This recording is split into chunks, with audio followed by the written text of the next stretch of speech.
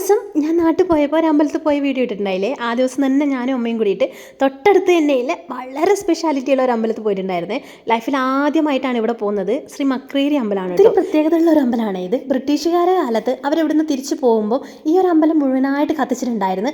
അതിനുശേഷം ഒന്ന് ശരിയാക്കി എടുത്തതാണ് ഇപ്പോൾ കാണുന്നത്. ഇപ്പോൾ അവിടെ വർക്കുകളൊക്കെ നടന്നുകൊണ്ടേയിരിക്കുന്നുണ്ട് കേട്ടോ. അത് മാത്രമല്ല, ഇത് ഒത്തിരി അധികം സ്ഥലത്ത് നീണ്ടു നിവർന്ന് കിടക്കുന്ന ഒരു അമ്പലമാണ്. കേരളത്തിൽ ഹനുമാൻ പ്രതിഷ്ഠയുള്ള ക്ഷേത്രങ്ങൾ വളരെ കുറവാണ്. അതിലൊന്നാണ് കേട്ടോ ഈ ഒരു മക്രേരി അമ്പലം. മാത്രമല്ല, ഇവിടെ സുബ്രഹ്മണ്യ സ്വാമിയും കൂടാതെ മഹാവിഷ്ണുവിൻ്റെയും പ്രതിഷ്ഠയൊക്കെ ഉണ്ട്. അതിമനോഹരമായ ഒത്തിരി സ്ഥലങ്ങൾ ഇതിൻ്റെ ചുറ്റുമായിട്ടുണ്ട്. അത് നല്ല നീറ്റ് ആൻഡ് ക്ലീൻ ആയിട്ട് അവർ സൂക്ഷിച്ചിട്ടുമുണ്ട്.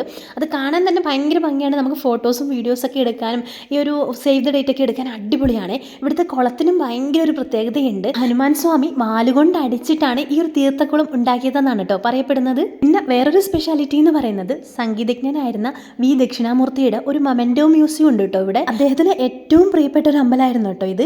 എല്ലാ വർഷവും വിദ്യാരംഭത്തിന് അദ്ദേഹം ഇവിടെ വരാറുണ്ടായിരുന്നു.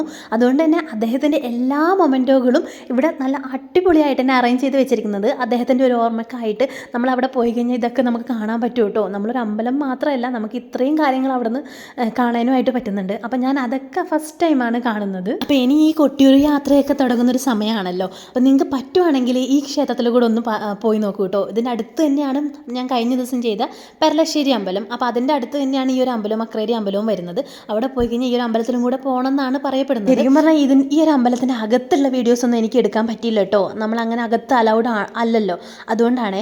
അപ്പോൾ ഈ ഒരു പണ്ടത്തെ കുത്തുപണികളും ഒരു ശിലാരൂപങ്ങളൊക്കെ കാണാൻ പറ്റും നിങ്ങൾക്ക് അവിടെ പോയി കഴിഞ്ഞാൽ. അപ്പോൾ നിങ്ങൾ കണ്ണൂർ ജില്ലയിലൊക്കെ വരുവാണെങ്കിൽ തീർച്ചയായും ഈ ഒരു ക്ഷേത്രം കൂടെ സന്ദർശിക്കാൻ ശ്രമിക്കണേ.